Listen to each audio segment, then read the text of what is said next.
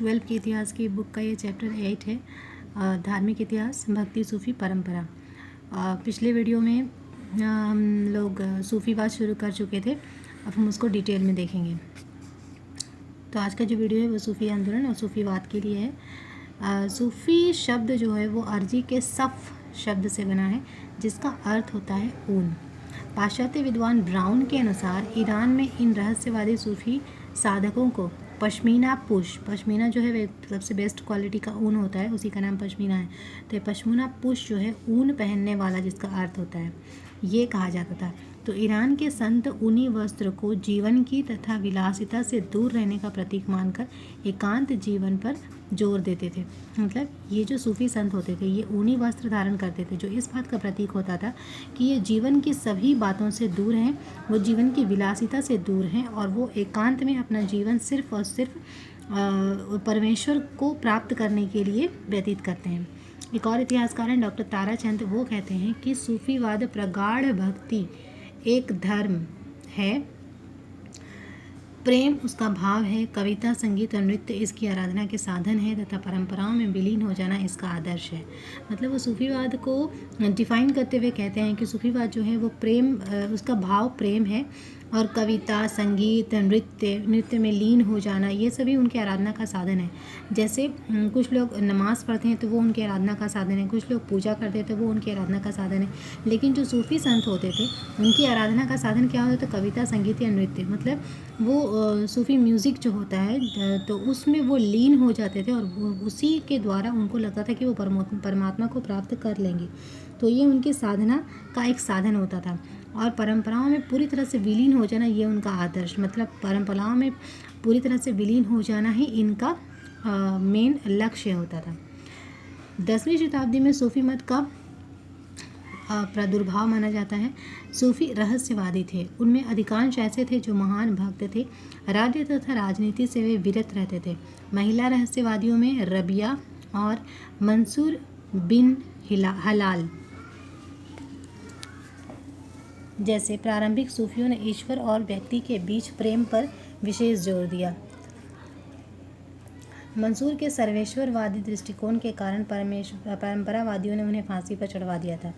मतलब जो सूफ़ी संत होते वो एकेश्वरवाद पर बल देते थे, लेकिन एक सूफ़ी संत ऐसे भी थे जिन्होंने सर्वेश्वरवादी दृष्टिकोण जिनका था और उनका नाम मंसूर था, तो उनके इसी दृष्टिकोण के कारण परंपरावादियों ने उन्हें फांसी पर चढ़ा दिया था, क्योंकि परंपरावादी जो थे वो एकेश्वरवादी थे। उसके पश्चात अल-गज़ाली ने रहस्यवाद एवं इस्लामी परंपरावाद के बीच तालमेल बैठाने का प्रयास किया। इसी के समय सूफ़ी 12 सिलसिलों में विभाजित हो गया। प्रत्येक सिलसिला का एक नेता होता था, वह अपने शिष्यों के साथ खानकाह में रहता था। खानकाह मतलब होता है सूफ़ी संतों का निवास स्थान, जहाँ पर सूफ़ी संत रहते हैं उस स्थान को खानकाह कहा जाता है।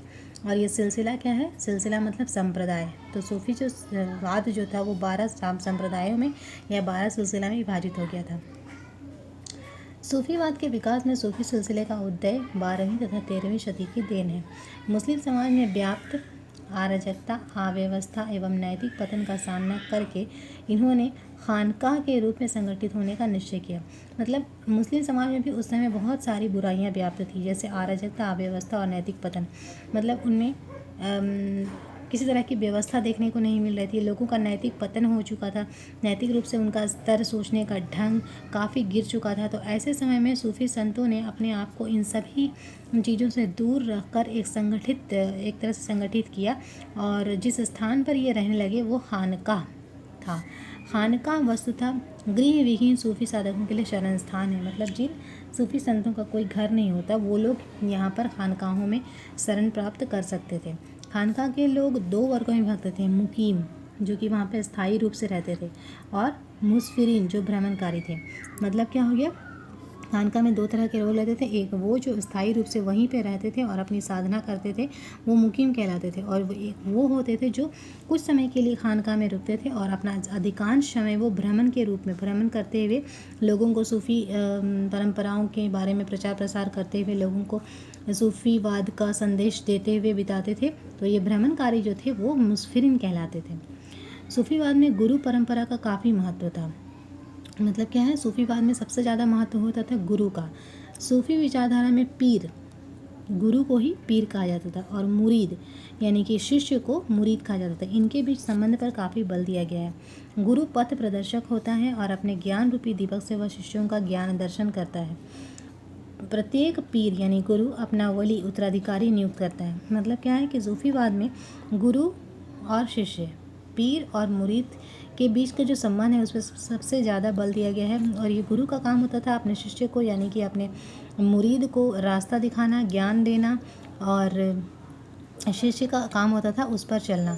और प्रत्येक गुरु जो है अपने जीवन के काल में ही, मतलब जब वो जिंदा रहता था तभी वो अपना उत्तराधिकारी नियुक्त कर देता था, जो कि अब वली कहलाता था। मतलब पीर का जो उत्तराधिकारी होगा वो वली कहलाएगा, जो कि इसके बाद यानी गुरु के बाद उसकी परंपरा को आगे बढ़ाएगा।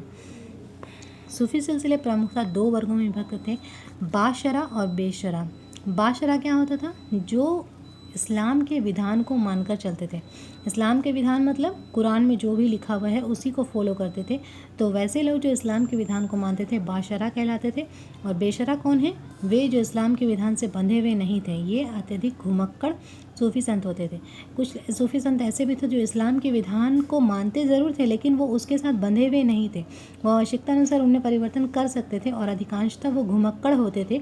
मतलब जैसे मुस्फिरीन होते हैं उस तरह से वो इधर उधर घूमते रहते थे और वो बंधे हुए नहीं थे। मतलब कहने का ये है कि वो परंपरावादी या रूढ़िवादी नहीं थे, वो उदारवादी थे। तो उदारवादी मतलब जो आवश्यकता अनुसार अपनी नीतियों में परिवर्तन कर सकते थे, तो वो कहलाते थे बेशरा। अब हम आगे देखेंगे। सूफीवाद में चिश्ती एवं सुहरावर्दी सिलसिले विशेष रूप से उल्लेखनीय हैं। जैसे कि ऊपर बताया गया है कि सूफीवाद जो है वो 12 सिलसिलों में बढ़ गया था। तो उन 12 सिलसिलों में सबसे ज़्यादा जो फेमस हुआ वो था चिश्ती और सुहरावर्दी सिलसिला। ये जो दोनों सिलसिला है वो सबसे ज़्यादा भारत में मशहूर हुए। तो हम स्टार्ट करेंगे चिश्ती सिलसिला से। देखेंगे कि चिश्ती सिलसिला में कौन कौन से सूफी संत आए। भारतवर्ष में चिश्ती संप्रदाय का प्रवर्तक ख्वाजा मोइनुद्दीन चिश्ती को माना जाता है। ये 1192 ईस्वी में भारत आए। अजमेर में इनकी प्रसिद्ध दरगाह है। इन्हें मोहम्मद गौरी ने सुल्तान उल हिंद अर्थात हिंद का आध्यात्मिक गुरु की उपाधि से विभूषित किया था। मतलब क्या है?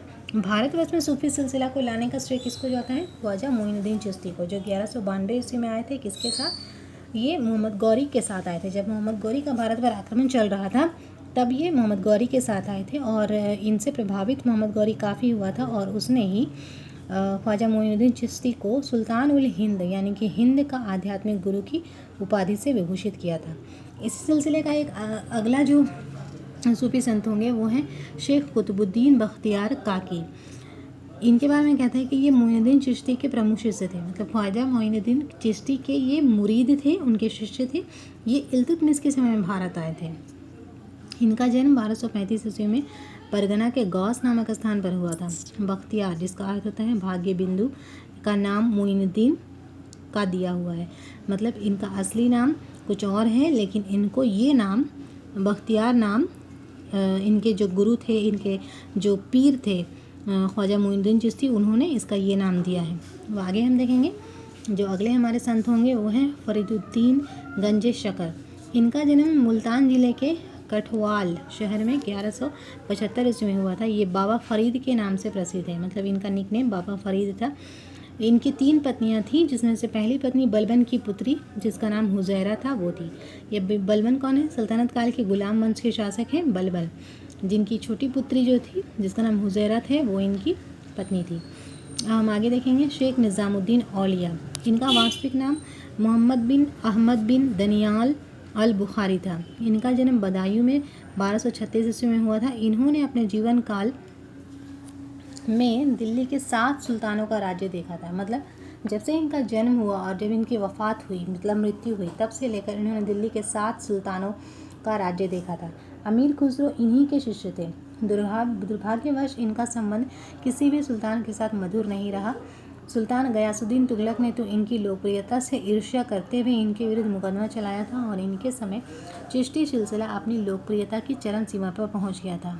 इन्हें महबूब ए इलाही और सुल्तान उल औलिया भी कहा जाता है। इसमें महमूद ए इलाही का अर्थ होता है ईश्वर का प्रिय और सुल्तान औलिया का अर्थ होता है संतों का राजा। मतलब जितने भी सूफी संत हैं उन सब में सबसे बेस्ट या उनके सबसे राजा उनमें यही थे। इनकी मृत्यु 1325 ईस्वी में हुई थी। तो इनके बारे में हमने देखा कि ये जो थे इनका किसी भी सुल्तान के साथ, हालांकि इन्होंने 7 सुल्तानों का राज्य देखा था, परंतु इनका किसी भी सुल्तान के साथ संबंध मैत्रीपूर्ण या मधुर नहीं रहा। इनका सबसे ज़्यादा इनका संबंध ख़राब रहा वो गयासुद्दीन तुगलक के साथ। कारण ये रहा कि गयासुद्दीन तुगलक के समय में सुल्तान से ज़्यादा लोकप्रियता निज़ामुद्दीन औलिया की हो गई थी। इसी बात से इनमें अनबन हो गई थी और इन्होंने, सुल्तान ने इस पर मुकदमा भी चलाया था। और इनकी लोकप्रियता इतनी ज़्यादा थी कि इसी के समय में चिश्ती सिलसिला जो था वो सबसे ज़्यादा भारत में लोकप्रिय रहा। इनकी उपाधि महमूद इलाही और सुल्तानुल औलिया थी। अब हम देखेंगे शेख बुरहानुद्दीन, ये मोहम्मद औलिया के ही शिष्य थे। इन्होंने दौलताबाद को अपनी शिक्षा का केंद्र बनाकर महबूब इलाही के उद्देश्यों का प्रचार किया। मतलब निज़ामुद्दीन औलिया के उद्देश्यों को, या जो भी इसके सिद्धांत थे, उद्देश्य थे, उनका इन्होंने प्रचार किया। अब आगे हम देखेंगे शेख सलीम चिश्ती।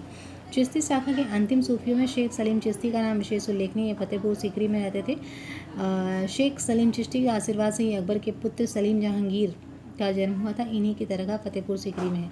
मतलब अकबर के समकालीन थे ये, और जब अकबर को पुत्र प्राप्ति नहीं हो रही थी, इनके पास गए थे और इनके आशीर्वाद से इनको जहांगीर की प्राप्ति हुई थी। और जहांगीर का नाम इन्होंने सलीम चिश्ती के नाम पर ही सलीम भी रखा था, यानी कि जहांगीर के 2 नाम है, सलीम और जहांगीर। और अकबर ने फिर इन्हीं के लिए दरगाह फतेहपुर सीकरी बनवाई थी, जहाँ पर ये रहते थे। चिश्ती संप्रदाय में संगीत की प्रधानता होती है। निज़ामुद्दीन औलिया ने योग को उस हद तक अपनाया कि उन्हें योगी सिद्धि भी कहा गया। ये राजनीति से विरत रहे। चिश्ती राज्य संत की सेवा स्वीकार नहीं करते थे। तो ये जो अभी तक हम देख रहे थे, ये सब चिश्ती सिलसिला के संतों के बारे में था। अगला जो वीडियो होगा उसमें हम लोग सुहरावर्दी सिलसिला के, कादरी सिलसिला और नक्शबंदी सिलसिला को देखेंगे और उनके संतों के बारे में देखेंगे। तो इसमें हम लोगों ने ये देखा कि चिश्ती संप्रदाय के जो भी संत थे, उनमें निज़ामुद्दीन औलिया को योगी सिद्धि भी कहा गया, क्योंकि इन्होंने योग को अपनाया था। और ये राजनीति से विरत रहे, क्योंकि इसका किसी भी सुल्तान के साथ बनी नहीं। और चिश्ती संत की इन्होंने कभी भी राज्य की सेवा स्वीकार नहीं की थी। मतलब राज्य का संरक्षण इन्होंने स्वीकार नहीं किया। तो आज के वीडियो में हम लोग इतना ही रखते हैं। नेक्स्ट वीडियो में हम लोग इस चैप्टर को आगे बढ़ाएंगे। Thank you.